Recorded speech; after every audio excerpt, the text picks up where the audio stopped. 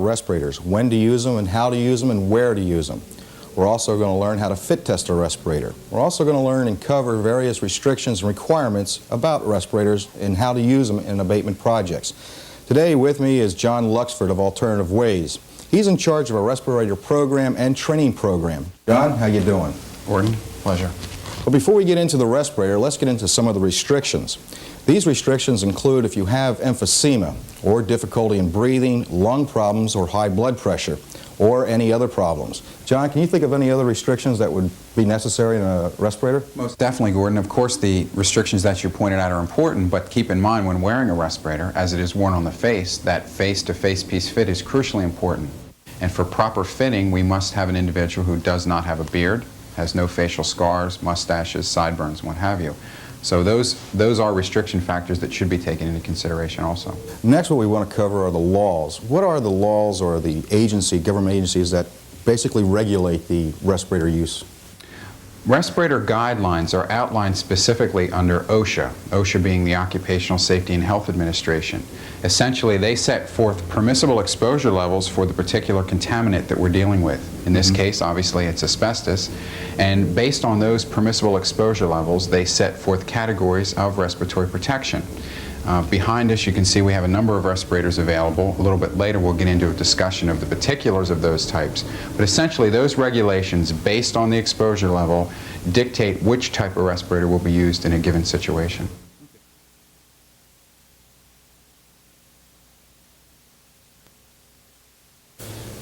John, you touched on some of the requirements under OSHA for medicals. Could you go into some detail on that? I'd be happy to.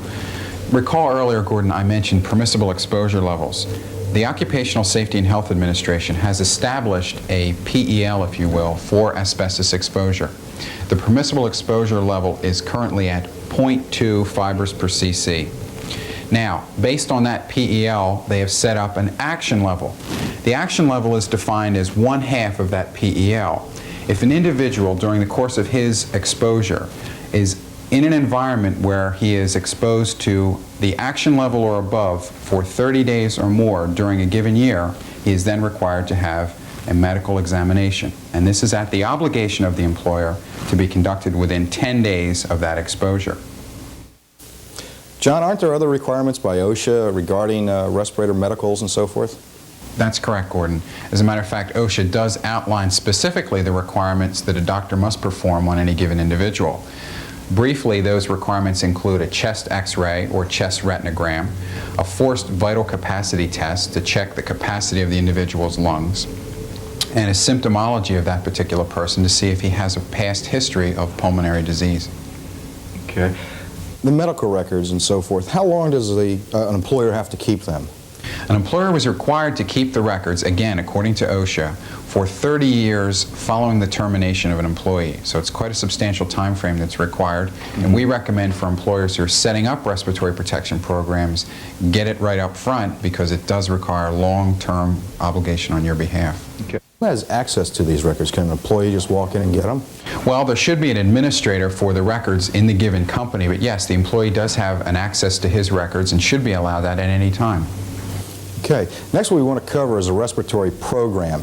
OSHA requires a written respiratory program. John, can you go into detail on what that's all about?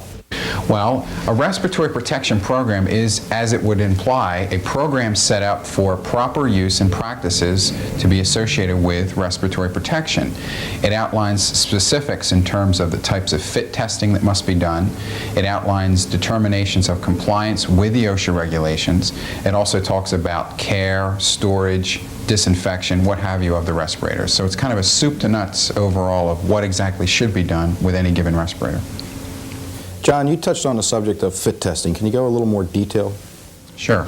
Gordon, fit testing is that mechanism that's employed to make sure the individual is wearing the correct respirator for whatever contaminant we're dealing with. Now, essentially, there are two types of fit testing. Qualitative fit testing, which involves tests such as the negative pressure, the positive pressure, the stannic chloride smoke, which I'm sure you've heard of, which involve testing every time the individual wears the respirator. In other words, he's going to put it on, he's going to go through this whole series of qualitative fit tests. In addition, quantitative fit tests can be done, usually by the respirator manufacturer, in a fit test chamber where an individual stands in a chamber with a known concentration of material in the background. We then run him through a series of exercises to make sure that there is no leakage along that face-to-face piece fit. And once that has been determined, we can calculate protection factor for that particular respirator. Now let's go into the different types of respirators. Basically, respirators are broken into two different categories: air purifying and air supplied. Now I see behind me here I have a couple of respirators. Can you explain some of them to us? Sure, Gordon, you're correct. There are a couple of categories that respirators are defined in. Specifically, we have air purifying respirators. Air purifying respirators meaning that some contaminant that is airborne is purified by some mechanism, in this case a cartridge, applied to the respirator. The second category of respirators is designated supplied air respirator, and as the name implies, a supply of air is delivered from an outside source to the facepiece of the respirator. Now, Gordon, for each of these groups there are subcategories. For instance, under air purifying we have a powered air purifying respirator. Under supplied air respirators we have various types with regard to the flow of air. Is it a demand system, pressure demand, what have you? And in a few minutes we'll get into the specifics of each one of these types of respirators. John, you mentioned protection factor before. Can you tell us a little bit about what a protection factor is for each respirator, and how do you calculate that protection factor? I'd be happy to, Gordon. First of all, let me define protection factor for you. A protection factor is defined as the concentration outside of the respirator divided by the concentration inside the respirator. Depending on the respirator type, that protection factor is calculated based on the amount of protection, if you will, that particular respirator can provide. Recall earlier I mentioned permissible exposure levels. In an environment containing asbestos materials, the respiratory protection factor for a half-face respirator, which would fall into the air purifying category, is 10. In other words, the PEL is not to exceed 10 times that limit, or 2 fibers per cc. The full-face respirator has a protection factor of 50. The permissible exposure level limitation in that case would be 10 fibers per cc. Now, in our second subcategory, powered air purifying respirators, the range of protection factors falls somewhere between 100 and 300 depending on the model in question, limiting us with a PEL of 20 fibers per cc. The full-face supplied air respirator, which is in our category number 2, has a protection factor of 1,000 for limitations in environments up to 200 fibers per cc. And the full-face piece supplied air operated in a pressure demand mode has a protection factor of greater than 1,000 and is for use in environments in excess of 200 fibers per cc. All right, we've already covered some of the basic information about a respirator, when to use it and how to use it. What we're going to cover now is the different types of respirators. John, what I have in my hand right now is a single-use respirator. Can you tell us a little bit about it? I'd be happy to, Gordon. For our people out there, you've probably seen this respirator around the house. It's used quite extensively in garage cleanups, brake job operations, things like that. This essentially is a single-use or one-shot respirator. We cannot fit test an individual with this type of respirator, and as such, it is not used and should not be used during an asbestos abatement operation. Okay. The next type of respirator I see that we have here is a half-face type respirator with cartridges on it. Can you tell us a little bit about this? This particular unit is a Survive Air half-face air purifying respirator. The half-face respirator, Gordon, is pretty much the standard in the industry. It is the one that you'll find most times on any given abatement project. It is in category 1 of our groupings of respirators, specifically an air purifying type respirator. Essentially, what makes it air purifying is, if you'll recall my definition, a cartridge or mechanism used to filter out some airborne particulate. In this case, we use the HEPA or magenta colored cartridges. Can you tell us a little bit about these cartridges, or the HEPA cartridge? HEPA is an acronym. It's an acronym for High Efficiency Particulate Absolute. Essentially, there is a baffle or chamber in this filter, which the porosity of which is described as being accurate to 99.97% efficiency, down to 3 microns. Particles of that size are trapped on the filter medium, thus eliminating exposure to the individual through the facepiece inhalation valve. It is color-coded for the abatement industry, and keep in mind that during abatement operations, magenta should be the only color used on any cartridge type respirator. Okay. Let's look at some of the parts of the half-face respirator. Can you describe each type? Sure. Or each part? Well, we discussed the cartridge. Let me remove this one here for a second so we can get a better view. Essentially, there are 4 parts to the respirator. There's the face piece, which in this case is blue in color and is made of silicone. There is the inhalation port, which the cartridge is attached to on the outside. And there is the exhalation port, which is under this cap here. And last but not least are the straps. Specifically, John, how does this respirator work?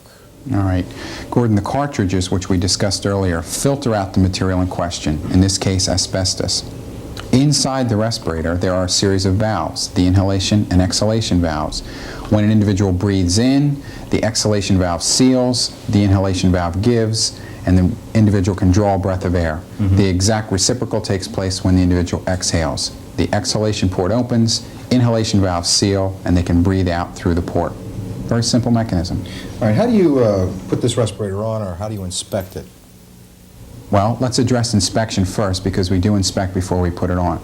It is critically important that any time an individual wears a respirator, in addition to the fit testing, which we talked about earlier, that he inspect that respirator to make sure that it is up to standard for that particular type. That involves actually some real common sense approach to the respirator. Look at the respirator. Remember, we said there were 4 parts. Examine the face piece. Make sure there's no cracks in it. Make sure it's not torn or deteriorated. Take a look at those inhalation and exhalation valves. Number 1, make sure they're there. Number 2, make sure they're seated in the correct position and they're free moving. Finally, inspect your straps. Again, if the straps are torn or worn or the rubber is stretched, the fit of the respirator may not be what it should be. And last but not least, make sure that the cartridges are seated properly on the inhalation port. Okay, how would you put this type of respirator on?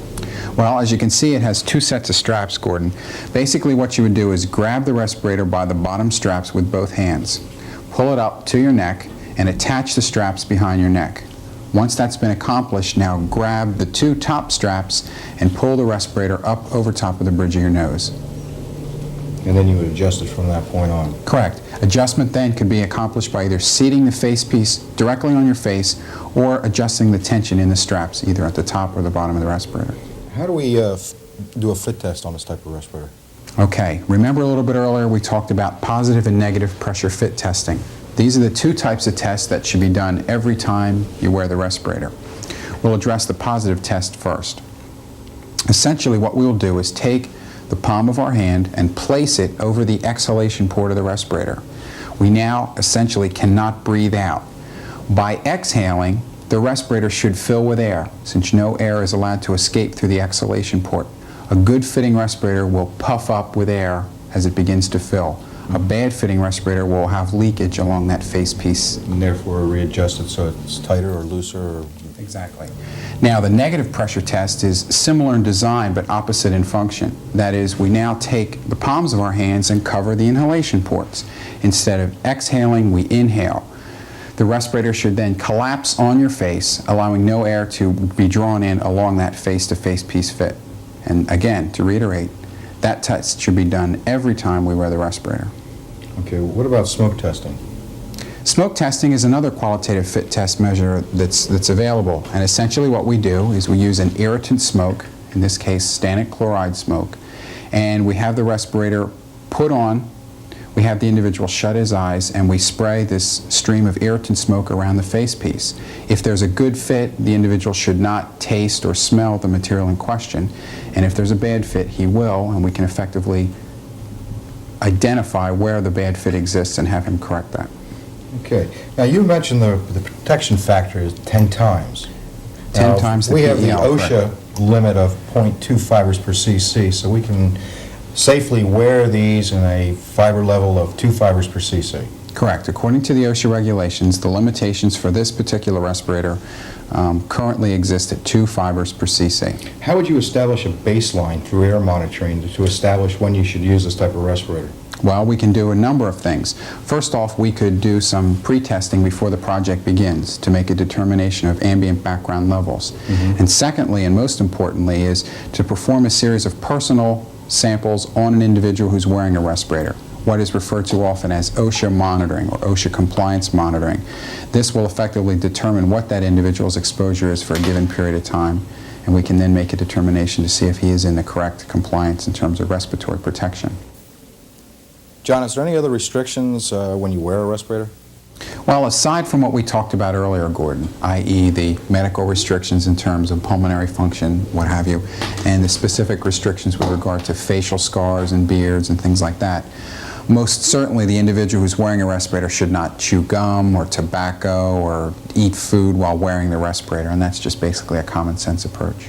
Okay. The other respirator I see here is basically set up like the half face. It's a full face respirator because it has the cartridges, HEPA cartridges here. What's the difference between these two respirators besides obviously that we have a full face here? This particular model, also a Survive Air respirator, affords you, as you can see, full face protection. That is, we're not covering now the bridge of the nose, we're covering the entire face.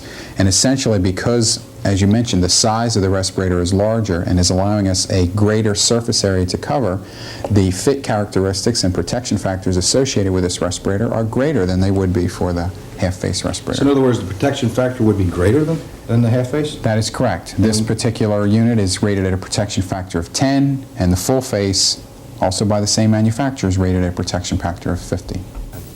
John, what are some of the benefits of a full face over a half face, and what are some of the restrictions or problems that you see associated with a full face? Well, in addition to having the greater protection factor than the half-face respirator, the full face, by its nature and design, affords us more protection. When I say protection, I mean protection from falling objects, from getting things in your eyes, simply because it does have the large face piece. Not properly equipped, however, you can see where that might be a problem. I'm talking specifically about the fact that the respirator may fog up. It is usually recommended with a full face respirator that we spray some type of anti-fog material on the surface of the respirator, or, and this particular respirator does not have one, insert a small cup on the inside, essentially a small half-face respirator inside, so that under those conditions, fogging will be minimized. Okay, so a person who has contact lenses or wears glasses should wear this type of respirator? I'm glad you brought that up. That's an excellent point. No, under no circumstances should an individual who wears contacts ever attend an abatement operation or wear that type of respirator. In addition, that particular respirator is not fitted for the use of spectacles. Essentially what should be done is the individual should contact the respirator manufacturer and have the specific face piece retrofitted for that individual and associated with his particular prescription. The next type of respirator that we have here is a breathing assist type respirator. John, can you explain this? I mean, it has a half face part to it. Essentially, Gordon, this is classified in the same category as your half-face respirator, i.e. an air purifying type. What separates that from the other respirators is that there is a battery pack with a motor in it that draws air from the outside across HEPA filters, which you can see the magenta in color there, and forces that air up into the face piece. Now, ideally, this respirator, to be classified as a powered air purifying respirator, should have an airflow of at least 6 cubic feet per minute of air to the face piece. It does not, and therefore is not classified as a powered air, but it can be useful during asbestos abatement operations in that it does supply some cool air to the face in an environment where it can often get hot and very humid. So what you're saying is it provides less than 2 liters of air per minute to the individual, so an asbestos worker couldn't really use it then. Maybe an inspector could use this when he went in to inspect and went back out again? That's correct. The type of respirator that is used often, as I said, is the half-face air purifying. This particular unit has the same protection factor as that type. Okay. The next type of respirator I see here is a PAPR. Correct. And has a full face and the half-face respirator on the inside. And I assume that these are HEPA cartridges also. Can you explain this? Yes. Similar in function to the breathing assist, this particular unit develops more thrust from the turbo unit, which forces air up into the face piece. And it does meet the classifications of a PAPR in that the airflow is at 6 feet per minute, 6 cubic feet per minute. There is, as we mentioned earlier, a face piece inside to minimize fogging. It is a belt-worn unit in that the worker attaches this to his belt and then plugs his unit into a battery pack, also belt attached, and wears the full face piece unit with the hose attached to the turbo section. How long does the battery usually last on one of these turbo units? The battery for this unit will last 8 to 10 hours, depending on the frequency of operation. Is there any restriction as far as the HEPA cartridges, how you're supposed to put them on, how you're supposed to take them off? Similar to the half face, the HEPA cartridges screw into the unit. There is a retrofit pack associated with this particular model, the Raycal unit, which should be inserted before placing the respirator cartridges in. Then these caps on the outside should be removed prior to operation, and following abatement operations, decontamination sequence is similar to the other types of respirators we dealt with. One of the questions that I had that we didn't go over before is how long does a HEPA cartridge usually last? Well, for the abatement projects and the specifications that we prepare here at Alternative Ways, we require that the contractor's personnel change their cartridges every time they come out of the work area. Now, to answer specifically your question, because it is a particulate filtering mechanism, the dirtier a HEPA filter gets, in theory, the better that it works. We don't want to take the chance of finding out what that threshold peak value is, so we require that they be changed every time you exit the work area. This particular unit, Gordon, is also a powered air purifying respirator. This model is a Raycal also, but it's the model PuraFlow, and instead of a belt-worn turbo motor forcing air up into the facepiece, the motor is attached right to the respirator. Facepiece is identical in construction to the other unit we looked at, the interior half face to minimize fogging. In this case, we use a much larger HEPA filter, but use a single filter as opposed to the triad associated with the Breathe Easy. Okay. The next type of respirator that I see here on the table is for supplied air. That's correct. That's this Could you unit give right us some here. idea of what the requirements are for not only the type of respirator, when you're supposed to use it, also what are the air requirements that you're supplying to the individual wearing this type of respirator? Okay. First off, this is an American Optical full-face supplied airline respirator. And essentially the way it works is the individual dons the respirator similar to the others. In this case, however, a regulator attached at the belt clip attaches to an airline outside of the work area at some point in the building or outside of the building. A compressor generates air which is forced through the airline up into the facepiece. Now, there are some specific requirements in terms of hose length relative to the particular respirator, requirements under OSHA for the type of air that's supplied to the respirator, which are important to keep in mind. These are outlined in what is referred to as the American National Standards Institute Program for Respiratory Protection. Essentially, the requirements call for the use of grade D gaseous air. Special mechanisms have to be set up on the compressor unit to minimize carbon monoxide and scale and odor and water and things like that. This is pretty much the type of respirator that is being used more and more in the industry today. It's our prediction that very shortly all asbestos abatement projects will be using a Type C respirator for the course of removal operations. John, what are some of the limitations associated with this type of respirator? Also, what is the protection factor of this respirator? Okay, to address your second question, Gordon, the protection factor for a supplied air respirator in a continuous flow mode is 1,000, okay? In other words, we can go up to 1,000 times the PEL. In this case, it would be 200 fibers per cc. There are some limitations associated with the unit, however, in that the wearer has to carry around with him the line or the hose for that particular respirator. During an abatement operation where oftentimes the worker may be up on scaffolding or he may be in an environment where he is above ground level, that type of safety hazard can be a problem. Most certainly should be addressed whenever preparing a specification for a given abatement project. In addition, decontamination of this unit is important. We have to decontaminate, obviously, the hose that's associated with it. So although it affords a greater protection factor, there are some special concerns that have to be addressed when wearing a Type C or supplied air respirator. It also, doesn't OSHA call for a more restrictive type of respirator, written respirator program for this type of respirator? That's correct. In discussing what we did earlier with regard to Class D grade air in terms of carbon monoxide tampering and what have you, the requirements of your respiratory protection program will be that much stricter based on the specifics of the type of respirator that you're wearing. Okay. We talked briefly before about the other respirators on inspection. How would you inspect this type of respirator? Basically, we perform the same type of inspection in terms of the integral parts of the unit, i.e. the facepiece, the respirator body itself, the straps, Now, there is no inhalation valve per se, but there is a hose attached to a regulator which should be checked for integrity. No cracks, obviously no tears, and the exhalation port is similar in function and should also be checked during the course of your routine maintenance. John, is the cleaning and maintaining of this respirator any different than the other respirators? Basically, no, Gordon. It is the same type of mechanism that's employed. We want to clean the facepiece, clean the respirator, check to make sure the integrity of the unit is such that when we use it again, it will be workable.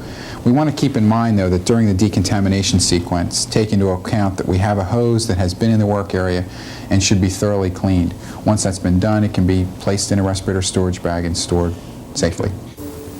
John, what we have here is a scuba or self-contained breathing apparatus type respirator. Can you give us some indication of when you would use this and how you would use it? Sure. This particular model, Gordon, has a 30-minute bottle on it. And you can see just from that description, its application in the asbestos abatement industry is extremely limited, simply because workers would have to egress and ingress in the decontamination unit every 30 minutes to change the bottle. In addition, that decontamination sequence could be difficult. It's a rather complex instrument. It does have application, however, for the use by asbestos safety inspectors or individuals who are coming to the work site on a limited basis in terms of their internal inspections within the containment system. It is a, again, 30-minute bottle. This unit operates in a pressure demand mode, full face piece type of apparatus, carried on the worker's back, and the respiratory protection factor associated with this unit is the highest of any of the models we've looked at today. Which is? In excess of 2,000. Okay. Well, we've covered quite a lot of information regarding respirators. We learned how to wear them, when to wear them, and how to fit test them. To gain more information, you should refer to the NIOSH guidelines and, of course, the OSHA rules and regulations. To gain more insight, you can read the Alternative Ways' latest publication on respirator protection. Thank you.